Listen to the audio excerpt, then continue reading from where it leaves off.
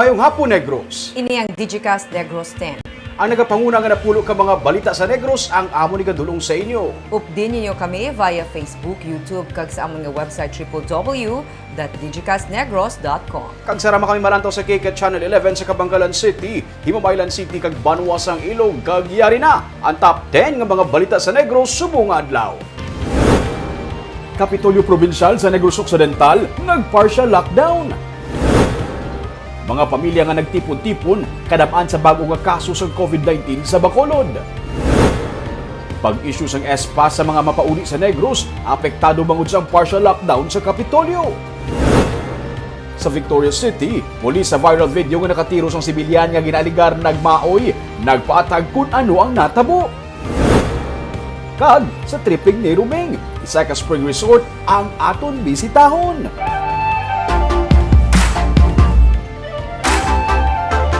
Initanan sa Digicast Negros X.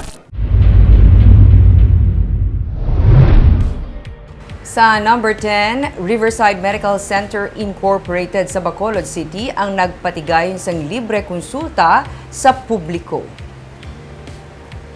Ini ang ginhimo sang ospital bilang pagpasalamat sa nabaton sini nga libre nga COVID-19 vaccines para sa ilang nga mga healthcare workers. Nagpatigayon sila sang 3 ka adlaw nga libre konsulta sa ilang nga outpatient department para sa pinakauna nga 50 ka mga pasyente kada adlaw humalin sang Miyerkules tubtub subong nga adlaw. Ang madaso naman nga libre konsulta ang pagapatigayonon sa Lunes, Marso 29, tubtub sa Miyerkules, Marso 31. Ang RMC ang isa sa mga ospital sa Bacolod kag bug-os nga Negros Occidental nga una nakabaton sang Sinovac vaccines gikan sa Department of Health sang nagligad nga Marso 8. Sa number 9, isa ka pediatrician sang Teresita Lopez Alandoni Provincial Hospital sa Silay City nagpositibo sa COVID-19. Inisunod sa kay Provincial Administrator Fernando Diaz nga nagsiling man nga bangod sang insidente, gin-lockdown ang pediatric ward kag neonatal intensive care unit sang ospital para sa disinfection. Sa karon, mga emergency cases lang anay ang ma-accommodate o kung sarang mabaton sang pediatric department. Sa Lunes, sunod sa kay Diaz na tanan nga iswab ang mga katapos sang pediatric department. Ang natungdan nga doktor ang nabakunahan na sa first dose sang AstraZeneca, sunod sa kay Diaz, isa ka semana ang nagligad. Pedia doctor. May symptoms siya. Ubo. And then, amo na nang na-expose to mga tao. So we are doing risk assessment. And then, aside from that, lockdown for disinfection. So we will know by Monday sila iswab tanan kung okay, why nang spread ang aton nga infection sa ilang department. And kung okay, then we can reopen. No, sa subong emergency cases lang ang aton pwede mabaton. Sa number 8, Provincial Tourism Office ang nagapahanumdum sa mga magabakasyon sini nga Semana Santa. Lakip na sa mga hotels, kag resorts, kag local government units nga hindi pagkalipatan ang minimum health protocols. Karon nga summer na kag luyag sang pila ka magapadulong ayhan sa baybay o kung magwa sa ilatag sa kapanimalay. Ang Provincial Tourism Office ang nagapahanumdum sang 5S. Ini ang angot sa security, pag-sanitize, pagsunod sa social distancing, shield kag magstay safe, sunod kay Provincial Tourism Officer Jenilyn Cordero. Fully booked na ang mga resorts sa Southern Negros sa karon nga Semana Santa kag ang mga local tourist nga may booking ginapaabot sumugod Miyerkules sang gabi. Sunod kay Cordero, kung may kaugalingon nga grupo nga ginupdan, hindi na mag-impun pa sa iban nga grupo. Wala labot sa health protocol, dumdumon man sunod kay Cordero ang seguridad batok sa mga elemento nga luyag magpamentaha sa sitwasyon. Observe social distancing din, no? Double up your mask, shield, and face shield and face mask all the time. Except of course when you're taking a bath already. But ang gina-remind sa kids na if you are with your group, stay in your group. Do not regroup and join other groups, no? Sa number 7, Negros Occidental Police Provincial Office ang handa na para sa pagsugod sang Semana Santa sa Domingo nga adlaw. Naghanda na sa karon ang bugos nga puwersa sa Negros Occidental Police Provincial Office sa pagbantay sa Semana Santa nga magasugod sa silinga Domingo tubtub sa Abril 3. Ginapaabot sa NOCPO ang pagdugok sa mga sumalakay sa mga terminal gani ang mga police station sa tagsa ka mga syudad kag banwa ang magabutang sa Police Assistance Desk sa mga bus terminal kag puerto. Magabutang naman ang NOCPO sang road safety marshals kag traffic personnel sa mga dalanon agud magbantay sa mga dalanon. May team man nga i-deploy ang police stations agud sa gihapon magbantay sa mga nagasunod sang minimum health o kung pagbantay sa kung ginasunod ang minimum health standard, ilabi na nga nagasaka pa karon ang kaso sa COVID-19 sa probinsya. Isa man sa mga gidabantayan sa kapulisan amo ang mahimo nga pagkuha sa oportunidad sa mga rebelde nga grupo sa paghimo sang kalakasan, ilabi na nga magasaulog sang founding anniversary ang New People's Army. Sa number 6, lalaki nga tuman kahubog na sapwan patay sa kilid sang suba. Patay na sa masapwan sa mga residente ang 54 anyos nga si Salvador Barredo kay nasangaga sa Mandalagan River sa Purok Bolinao sa Barangay 1 sa Bacolod. Sa investigasyon sa Police Station 2, las 12 sa nga kaagahon, ulihi nga nakita si Barredo kag tuman na ini kahubog samtang nagapanglakaton sa bato nga pader sa kilid sang suba. Sunod sa pulis, mahimo nahulog si Barredo samtang nagapanglakaton kag nalumos. Dugang pa sang pulis, sadto anay nahulog man sa suba si Barredo pero may nagsalbar sa iya. Sa number 5, nangin viral ang video sa isa ka pulis nga may gintiro nga isa ka sibilyan nga ginaaligar nagmaoy kag nagpanglabo. Pulis nagpaatag kun nga naglabot sa punto nga kinahanglan niya tiruhon ang 66 anyos. Yaring report.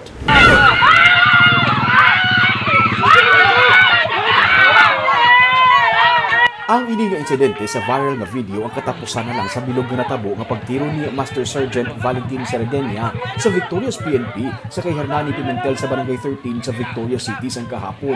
Antes ini natabo sunod sa kay Sardenia, malawig nang iya nga pagnegosyar kay Hernani nga ihatag sa iya ang binangan kag magkalma. May nagtawag sa iya nga nagapangayo sang tabang para mapakalma sa Hernani. Sanghana na sa labuon ni Hernani, napilitan siya nga magpunupok sang pusil. Nagambago tayo, may problema tayo. Buta ba lang ang binangon? Kapila ko din sa mga kabisis. Hasta nga, sa uli, naglapit na sa sakon. Hindi ko mo nga naghayaw sa binangon. Amo to ang time nga nagkuha ko sa akong armas. Pero nag-appoint yapon ko sa ground. Sa ground.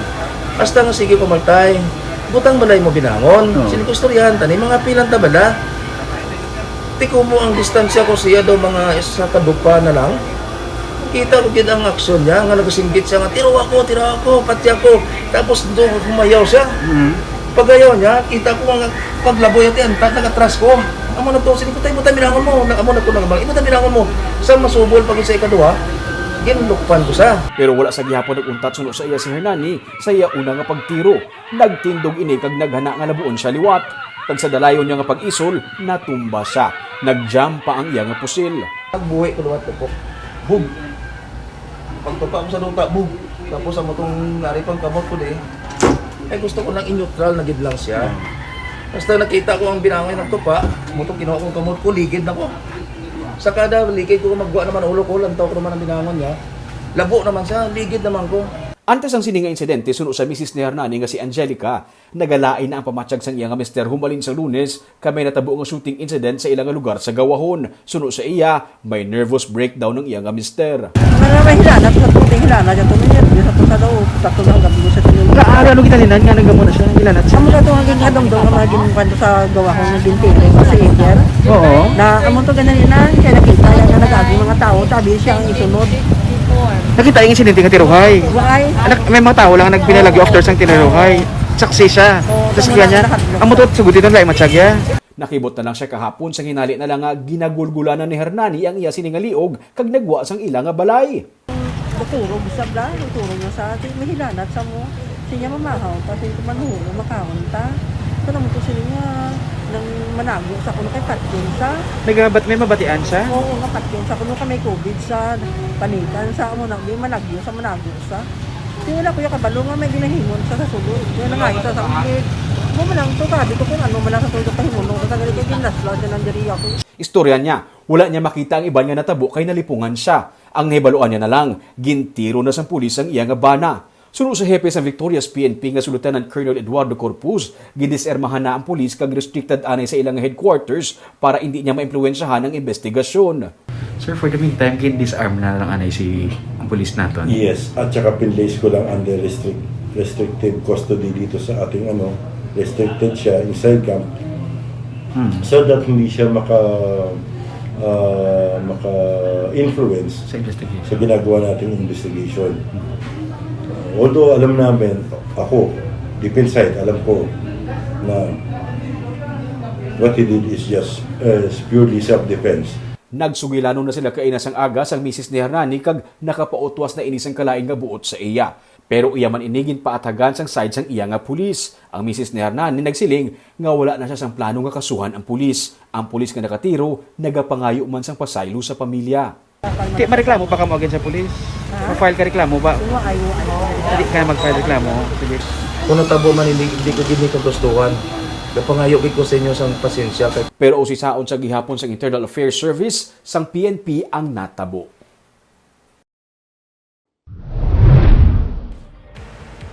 Sa number 4 na dugangan ang kaso ng COVID-19 sa Negros Oriental, Occidental, ilakip na Bacolod City. Matapos ang pila ka adlaw nga nagapanaog ang active cases ng COVID-19 sa Negros Oriental, may gamay nga pagsaka kahapon matapos madugangan sang 20 ka bag-o nga kaso ang probinsya kag 12 ka new recoveries. Humalin sa 56, nagsaka sa 64 ang active cases sa Negros Oriental. Dumagete sa gihapon ang may pinakadamo nga active cases. Samtang padayon naman ang pagsaka sang kaso sang COVID-19 sa Negros Occidental kag Bacolod City. 20 ka kaso ang nadugang sa Negros Oriental kag 11 sa diri ang local cases. 19 naman ang nadugang sa Bacolod kag 17 naman diri ang local cases. 154 karon ang active cases sa Bacolod City.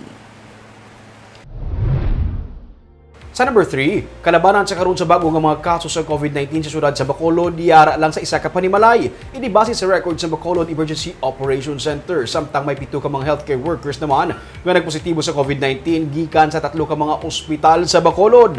Yaring report ni Marty Go. Base sa record ng Department of Health kahapon, may 19 ka bag-o nga mga kaso ng COVID-19 ng Bacolod City. Duha diri ang authorized persons outside residence kag 17 ang local cases. 154 ang active cases karon sa syudad. Ginpahayag ni Dr. Chris Sorongon sang Bacolod Emergency Operations Center, kalabanan sa mga local cases ang mga miyembro sang isa lang ka panimalay. Nagapakita ini nga mismo sa sulod sang isa ka panimalay, mahimo nga maglatnanay ang mga miyembro sang pamilya. So may isa ka case, isa ka teacher nga nag-positive. So, upod naman isa niya ka-sister nga nag-positive, duwa sila. Then the rest of the family members, except ang ilang house helper, amo lang na wala nag-positive. So, mga 7 na sa kabilog. Then may isa naman yung taga-barangay Takuling, nga case kita, nga almost 11 sila kabilog na positive. Tanan din sila yan sa sulod sa balay, nag-positive kag nag-symptomatic. Suno kay Sorongon, duha ang pamaagi nga maglatnanay sang virus ang isa ka pamilya. Una, kung may isa ka miyembro sang pamilya nga nagagwa sa balay kag nagdala sang virus sa sulod sang ila balay. Kag ikaduha, ang ginatawag nga social mixing o kun ang pag-updanay sang isa ka pamilya sa iban nga mga tawo o kun iban man nga mga pamilya. Amo na lang gina-encourage na kung magkaon ka, upod ka sa immediate family mo, maglagaw ka mo, upod na imo immediate family. Magkanto ka mo sa kalanan, upod ka mo immediate family. We don't allow nga may maupod ng iban sa lain nga grupo. Kaya karon amo ng social mixing. Then, ang imo bubble, you allow them to be exposed to other bubbles, other units. So yun sa other units, you don't know what they do in order for them to be protected against COVID. Mayara man karon sang 7 ka mga healthcare workers gikan sa 3 ka mga ospital sa Bacolod nga nagpositibo sa virus. 5 ang nurse, 1 ka RadTech personnel kag 1 ka HR personnel.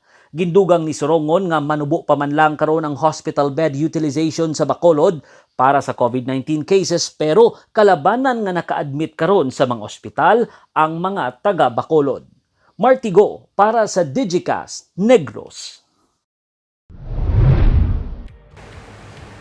Sa number 2, nag-aabiso ang provincial administrators ng Negros Occidental nga kasunod sang pag-lockdown sa pila ka mga talatapan sa Kapitolyo Probinsyal, mahimo maapektuhan ang pag-process ng S-Pass permits.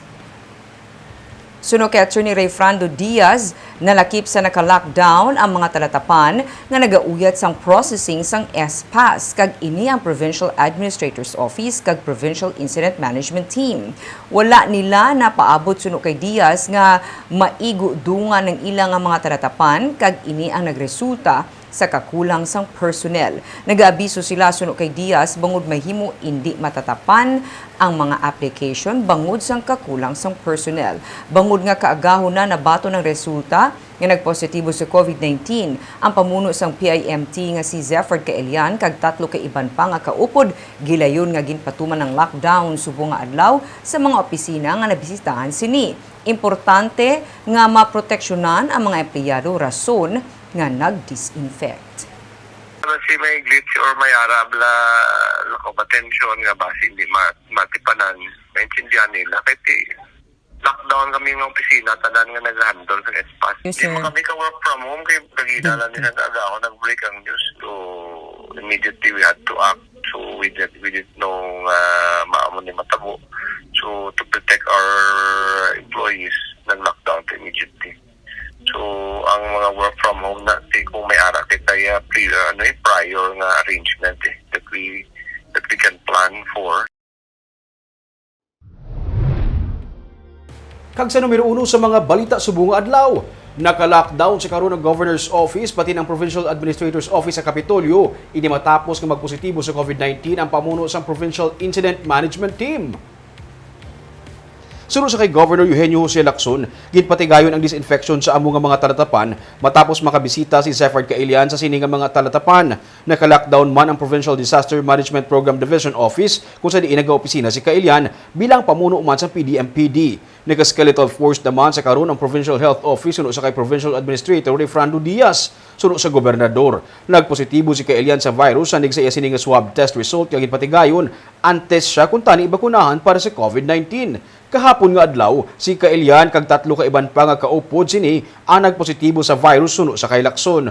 Low viral o kun nagapaayo na si Kaelian suno sa kay Lacson sa andig sa observation. Suno pa sa gobernador, siya kag ang iyang mga staff sa Governor's Office, Administrator's Office, ilakip ng Provincial Health Office ang magapaidalom sa swab test sa Domingo sang aga. Sang Martes sila ulihi nga nakasapol ni Kaelian. Naka-home quarantine sila tanan kagyara sa idalom sang talatapan nga gin-lockdown. Mag-aabiso sa weekend kung saan magabukas balik ang ginsira nga mga opisina pending sang abiso tuhoy sa swabbing. Was also observed na very low viral, no? Puting ganon, ang ila observation or opinion is that si Dr. Zephyr is actually getting well already. Naagyan niya na. So he was asymptomatic all the time. Ang contact ko with Dr. Zephyr was last Tuesday. Mainit kag bapaang na ang panahon. Semana Santa pa next week. May kalagtuan na bala ka mo. May nagtultulan naman kami nga isa ka spring resort. Blue katama ang kolor sa tubig diri kagikan pa sa tuburan. Mabugnaw ang dapyas ang hangin kay napalibutan ini sa mga puno sang kahoy. 30 pesos lang ang entrance fee kag may swimming pool pa ang resort kag pwede maka-overnight. Kundi ini atong diskubrihon buwas sa tripping ni Ruming. 10 AM ang premiere sa Facebook ag YouTube, amo man sa K-Cut channel.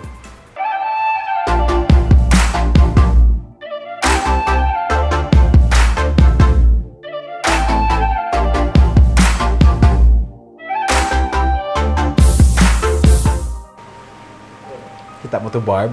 Blue sa tubig.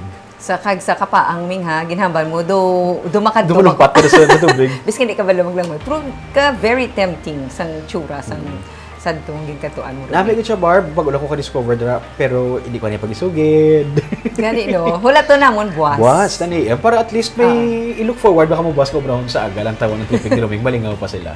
Pero mi nga, naghambal nga Semana Santa, Yes, ma'am. padayon nga nag-remind ang Yes, ating nga correct tourism office nga dapat, biskan nagwa ka, magbakasyon ka, hindi pagkalipatan ang minimum health protocol. Kag isa ng Bacolod, nag-remind man gani nga, likawan ang gathering sa pamilya kay kadabanan sumong sa aton ng mga positive sa report ni Marty, mga family members lang nga nagatipon-tipon, nag-reunion. Kag si Miss Jenny naghambal nga, kung naglakat ka to nga isa kamo ka grupo, hindi na kamo magbulag sa inyo nga grupo, kag maki-join sa iban nga grupo. Bawal mag-hopping, group hopping. Oo. Para sa aton yung safety Oo man. Especially, nakita ang Kapitol partial lockdown na, so doble sa paghalong liwat. Hindi pagkalipatan. Kagamuyan itong mga balita sa Negros sa bunga adlaw. Kay man sa panahon karon importante nga may ihibalo ka sa nagakatabo sa imo nga palibot. Pero dapat balanse kag eksakto ang mga impormasyon. Padayon kami nga magapangalagad sa Negrosanon. Ako si Barbara Mijares. Tubtub sa Lunes, ako naman si Romeo Subaldo. Happy weekend!